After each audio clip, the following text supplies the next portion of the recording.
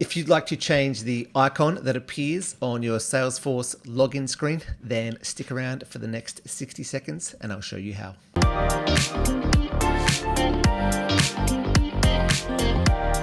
To edit the logo that appears on your Salesforce login screen, you need to go to Salesforce Setup and then go to the My Domain section, and that's where you can upload a custom logo.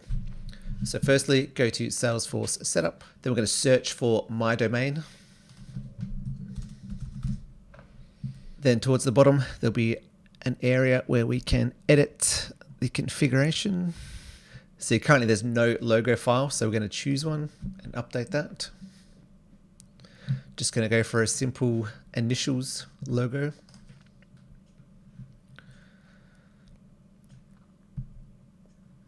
I'm going to save those changes.